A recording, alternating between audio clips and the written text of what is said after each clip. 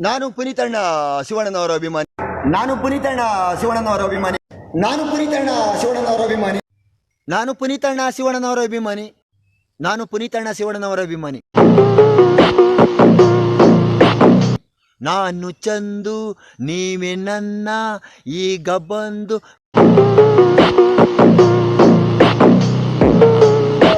ಅಪ್ಪು ಇಲ್ಲೇ ಇದ್ದಾನೆ ಕಣೆ. ಅಯ್ಯೋ ಹೃದಯದಲ್ಲಿ ಇಟ್ಕೊಳ್ಳ, ಯಾವಾಗ್ಲೂ ಇಲ್ಲಿಟ್ಕೊಂಡು ಪೂಜಿಸು.